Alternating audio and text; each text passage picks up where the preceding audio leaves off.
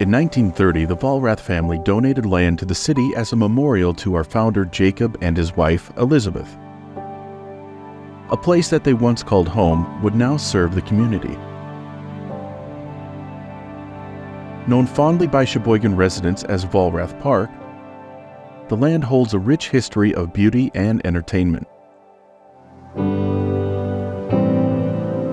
Until the mid-1970s, it was home to a zoo that brought in 6,000 visitors every summer.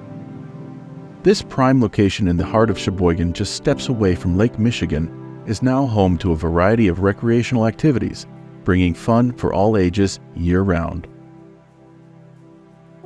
From high school graduation ceremonies and food truck Mondays in the summer, to winters of sledding in Vollrath Bowl, the park is a hub for community.